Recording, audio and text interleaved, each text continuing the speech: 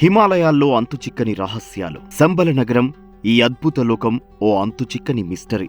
భారతదేశంలో హిందూ మతం ఉద్భవించింది అనటానికి ఎన్నో సాక్ష్యాలు, ఆధారాలు ఉన్నాయి. మన హిందూ సంస్కృతికి, సాంప్రదాయాలకి, మత విశ్వాసాలకు పుట్టినిల్లు. ఉత్తరాన ఉన్న హిమాలయాలు ఇప్పటికీ ఎందరో యోగులు, సిద్ధులు, ఋషులు, అఘోరాలు హిమాలయాల్లో నివసిస్తున్నారని చెబుతారు. అంతేకాదు, ఈ పవిత్ర హిమగిరుల్లో ఎన్నో పుణ్యక్షేత్రాలు సైతం వెలిసాయి కూడా. మనిషి ఎంత అభివృద్ధి చెందినా ప్రకృతికి దాసోహం అవ్వక తప్పదు. ఈ సత్యాన్ని యోగులు ఎప్పుడో గ్రహించారు. అందుకే వారికి ప్రకృతికి విడిదీయలేని బంధమేర్పడింది. ప్రకృతిలోనే సేద తీరటం, ఆశ్రమాలు కట్టుకోవడం, కొండలపై తపస్సు ఆచరించడం వంటివి చేసేవారు. పవిత్రంగా భావించే గంగానది పుట్టింది కూడా ఇక్కడే. ఆ పరమశివుడు కొలువైన కైలాస పర్వతం మన దేశ పరిధిలో లేకున్నా ఎంతో మంది భారతీయులు ఆ పరమేశ్వరుడి దర్శనం కోసం అక్కడికి వెళ్తూ ఉంటారు. అయితే అక్కడ కేవలం కైలాస పర్వతమే కాదు, కంటికి కనిపించని ఓ రహస్య నగరం కూడా ఉందనే సంగతి చాలా తక్కువ మందికి తెలుసు. అదే శంబల నగరం. విష్ణు పురాణాలను చదివిన వారికి ఈ ప్రాంతం గురించి ప్రత్యేకంగా పరిచయం అక్కరలేదు. ఎందుకంటే దీని గురించి అందులో ప్రత్యేకంగా ప్రస్తావించారు. కలి ఆగడాల నుంచి కల్కి అవతారం చాలించే వరకు ప్రతి ఒక్క ఘటన ఈ శంబల నగరం కేంద్రంగానే చోటు చేసుకున్నాయి. ఇంతకీ శంబల అంటే ఏమిటి? ఈ నగరం ఎక్కడ ఉంది? దీన్ని ఎవరు నిర్మించారు? విష్ణు పురాణాలకు ఈ నగరానికి సంబంధం ఏమిటి? హిట్లర్ ఈ నగరంపై ఎందుకు మనసు పడ్డాడు? ఆ నగరం ప్రత్యేకత ఏమిటి? ఇప్పటికీ ఆ నగరం రహస్యంగానే ఎందుకు ఉంది? దీన్ని చూసిన వ్యక్తులు ఏం చెప్పారు? ఆ నగరంలో ఏమున్నాయి? ఈ నగరం గురించి తెలుసుకునే ముందు మనం ఒకసారి విష్ణు పురాణాల్లోని కలి ప్రభావం, కల్కి అవతారాల గురించి తెలుసుకుందాం. శంబల అనేది సంస్కృత పదం. టిబెట్లో దీన్ని షాంగ్రిల్లా అని అంటారు. హైందవ పురాణాల్లో దీన్ని సిద్ధశ్రమంగా పిలిచేవారు. ఈ ప్రాంతాన్ని భూలోక త్రివిష్టపం అని కూడా అంటారు. త్రివిష్టకం అంటే సంస్కృతంలో స్వర్గం. శంబలలో కూడా దేవతలు తిరుగుతారనే ఉద్దేశంతో దీన్ని భూలోక త్రివిష్టపం అని పిలిచేవారు. ఆ పేరే ఇప్పుడు అనేక రకాలుగా మార్పులు చెంది టిబెట్గా మారింది. టిబెట్ మన ఇండియాకు ఉత్తర దిక్కున ఉన్న సంగతి తెలిసిందే. దీన్ని రూప్ ఆఫ్ ది వరల్డ్ అని కూడా అంటారు. ఎత్తైన పీఠభూములు గల ఈ ప్రాంతంలో బౌద్ధులు ఎక్కువ నివసిస్తూ ఉంటారు.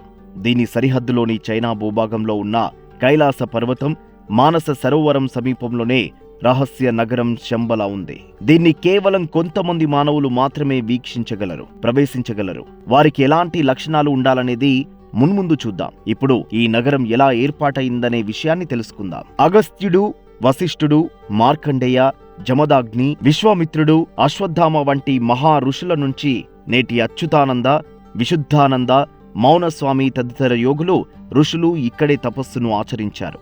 అంతేకాదు, అత్యంత పవిత్రమైన శంబల నగరాన్ని కనులారా వీక్షించారు. మన పురాణాల్లో శ్రీరామాయణ బాలకాండలో విశ్వామిత్రుడు రామలక్ష్మణులను యాగం కోసం అడవులకు తీసుకెళ్తూ సిద్ధాశ్రమానికి తీసుకెళ్తాడు. వారితో తపస్సు చేయించి సిద్ధిని ప్రసాదిస్తాడు. మహాభారతంలో పాండవులు సైతం ఈ రహస్య ప్రాంతానికి చేరినట్లు ఆధారాలున్నాయి. పూర్వం ఒక రాజు ఋషులతో మహాయాగం నిర్వహించి వారికి అనేక బంగారు ఆభరణాలు, వేదికలు, మండపాలను దానమిస్తారు. ఋషులు వాటిని ధరించలేరు కాబట్టి రహస్యంగా ఒక ప్రాంతంలో దాచిపెట్టాలని నిర్ణయించుకుంటారు. ఇందుకు పరమశివుడిని ప్రార్థించి ఒక ప్రాంతంలో దాచిపెడతారు. శివుడి అనుగ్రహం లేకుండా అక్కడికి ఎవరూ చేరలేరు. అయితే ధర్మరాజు శివుడు ఆశీస్సులు పొంది ఋషులు దాచిన ఆ రహస్య ప్రాంతానికి చేరుకుని సంపదను పొందుతాడని పురాణాల్లో పేర్కొన్నారు. విష్ణు పురాణంలోని కల్కి అధ్యయనంలో శంబల గురించి వివరించారు. ద్వాపర యుగాంతంలో శ్రీకృష్ణుడి నిర్యాణం తర్వాత కలి ప్రవేశిస్తుంది. ఆ కాలంలో అధర్ముడు, అసత్య అనే దంపతులకు అంబుడు, మాయ అనే కుమారుడు, కుమార్తె జన్మిస్తారు. ఆ అన్నా చెల్లెళ్ళు పెద్దవాళ్లే ఒకరినొకరు పెళ్లి చేసుకుంటారు. ఫలితంగా క్రోధ, హింస అనే పుత్రుడు, పుత్రిక పుడతారు. వారు కూడా తమ తల్లిదండ్రుల్లాగానే ఒకరినొకరు పెళ్లి చేసుకుని కలి అనే పుత్రుడికి జన్మనిస్తారు. అతడే కలియుగానికి అధిపతి అవుతాడు. ఇతడి ఆధీనంలో ఉన్న కలియుగంలోనే మనం జీవిస్తున్నాం. కలి కాలంలో అధర్మం, అన్యాయాలు పెచ్చుమీరుతాయి. నూనె కారుతున్నట్లుగా ఉండే నల్లని శరీరం, కాకి వంటి కడుపు, నల్లని సొరంగం వంటి నోరు, ఎర్రని మిడిగుడ్లతో ఉండే కలి శరీరం నుంచి నిత్యం అశుద్ధపు దుర్వాసన వస్తుంది. జూదం, మద్యపానం, స్త్రీలతో సంపర్కం వంటి అవలక్షణాలతో కలి లోకాన్ని పాలిస్తూ ఉంటాడు. కలి పాలన వల్ల లోకమంతా పాపులతో నిండిపోతుంది. దైవాన్ని చిన్నచూపు చూస్తారు. నాస్తికులు పెరిగి దైవారాధన అంతరించిపోతుంది. ఎవరైతే కిరాతకమైన బుద్ధులతో ఉంటారో వాళ్లలోకి కలి ప్రవేశించి నీచమైన పనులు చేయిస్తూ ఉంటాడు. అలా 4 పాదాలుగా మానవలోకం పాపాల పుట్టగా మారి ప్రజలు క్షుద్ర పూజలతో ప్రతికూల శక్తులను పూజించడం మొదలు పెడతారు. దీంతో దేవతలు శ్రీ మహావిష్ణువును ఆశ్రయించి లోకాన్ని రక్షించాలని వేడుకుంటారు. ఈ మేరకు శ్రీ విష్ణువు దేవతలకు ధైర్యం చెబుతూ భరత వంశంలో శంబల అనే నగరంలో జన్మిస్తానని చెబుతాడు. ఆ నగరంలో విష్ణుయసుడు సుమతి అనే పవిత్రమైన దంపతులకు పుత్రుడిగా జన్మిస్తానని చెబుతాడు. లక్ష్మీదేవి సింహల ద్వీపంలో పద్మావతిగా అవతరిస్తుందని పేర్కొంటాడు. ఇచ్చిన మాట ప్రకారం విష్ణుయసుడు సుమతిలకు 4 చేతులతో మహావిష్ణువు జన్మిస్తాడు. పవిత్ర గంగా ప్రక్షాళనతో ఆ 4 చేతులు 2 చేతులవుతాయి. మృత్యుంజయుడైన మార్కండేయుడు కల్కి అని నామకరణం చేస్తాడు. ఉపనయనం తర్వాత కల్కి తండ్రి వద్ద సెలవు తీసుకుని శాస్త్ర విద్య వేదాలు నేర్చుకోవడానికి ప్రయాణమవుతాడు. మార్గమధ్యలో పరశురాముడు కనిపించి కల్కిని మహేంద్రగిరికి తీసుకెళ్తాడు. అక్కడ 64 విద్యలను కేవలం 4 నెలల్లోనే నేర్చుకుంటాడు కల్కి. అనంతరం కల్కి బిల్వోదక క్షేత్రానికి చేరుకుంటాడు. అక్కడ శివుడిని ప్రార్థించి సాక్షాత్కారం పొందుతాడు. ఈ సందర్భంగా శివుడు కల్కిని తన ఒడిలో కూర్చోబెట్టుకుని జన్మరహస్యం చెబుతాడు. కలికాలంలో పాపాలను అంతం చేయడానికి ఈ అవతారంలో జన్మించావని చెప్పడంతో పాటు దివ్య శక్తులు గల గరుడ అశ్వాన్ని బహూకరిస్తాడు. అనంతరం రత్నపు పిడికిలి గల ఖడ్గాన్ని అందిస్తాడు. ఈ నేపథ్యంలో కల్కి సింహల ద్వీపానికి చేరుకుని పద్మావతిని పెళ్లి చేసుకుంటాడు. అక్కడి నుంచి శంబలకు తిరుగు ప్రయాణమవుతాడు. అప్పటికి శంబల నగరం రూపురేఖలు మారిపోయాయి. ఎత్తైన భవనాలు, ఉద్యానవనాలతో అలరారుతుంది. సరస్సులు, సరోవాలతో ఎంతో అందంగా ఆహ్లాదకరంగా కనిపిస్తుంది. ఒకప్పుడు చిన్న గ్రామంలో ఉండే ఆ ప్రాంతాన్ని విశ్వకర్మ నగరంగా తీర్చిదిద్దడంతో శంబల సర్వంగా సుందరంగా తయారవుతోంది. అయితే పాపుల్లో మాత్రం ఎలాంటి మార్పు రాదు.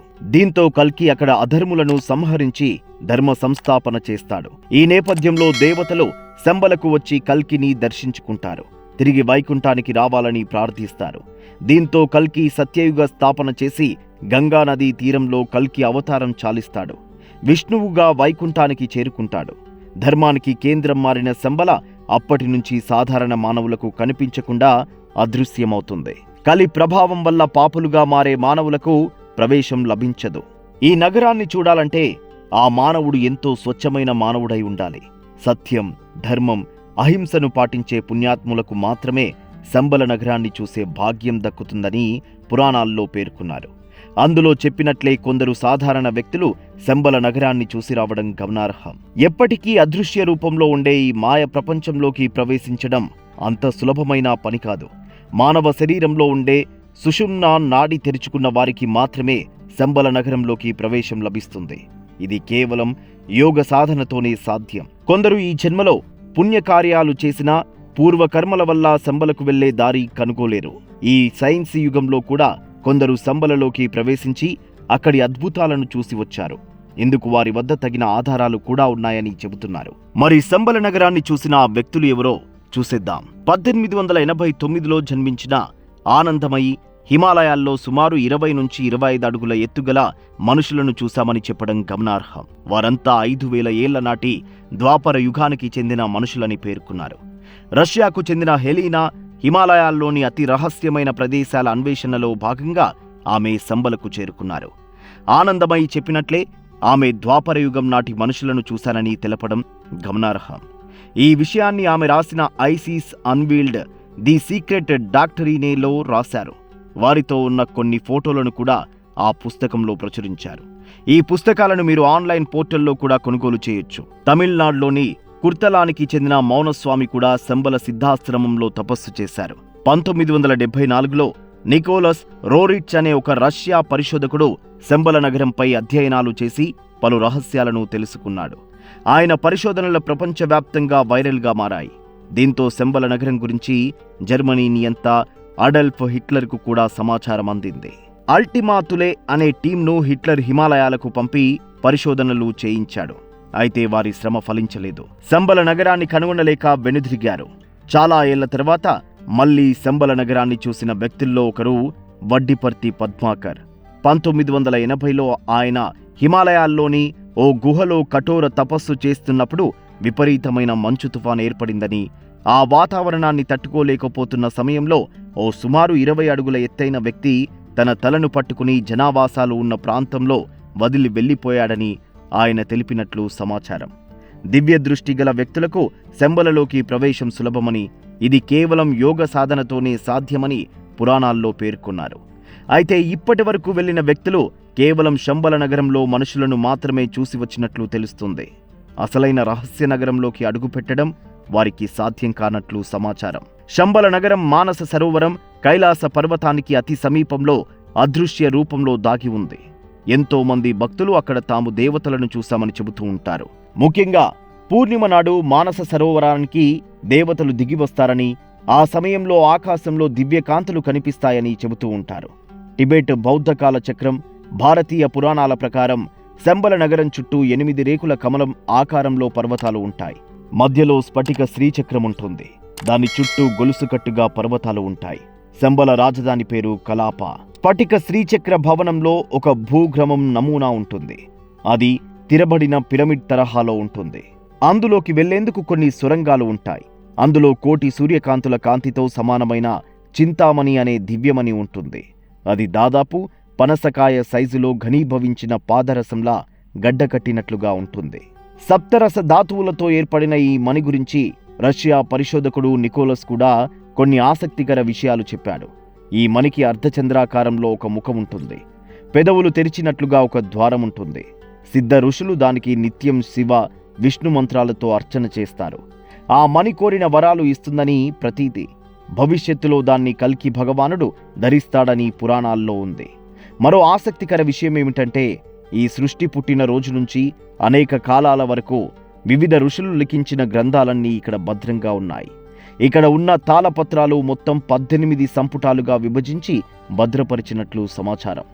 టిబెట్ బౌద్ధ సన్యాసులు సైతం శంబలి నగరం గురించి చెబుతూ ఉంటారు. మణిపద్మహం అనే మంత్రాన్ని వీరు నిత్యం జపిస్తారు. అయితే శంబలి నగరం నిజంగానే ఉందా? దాన్ని చూశామని చెబుతున్న వ్యక్తుల వాదనతో ఏకీభవించాలా అనేది ప్రత్యక్షంగా చూస్తే గానీ చెప్పలేం. శంబలి నగరం అనేది ఇప్పటికీ అంతుచిక్కని మిస్టరీనే. మరిన్ని అప్డేట్స్ కోసం నెక్స్ట్ వీడియోలో కలుద్దాం friends. Please like, share, subscribe to social post TV.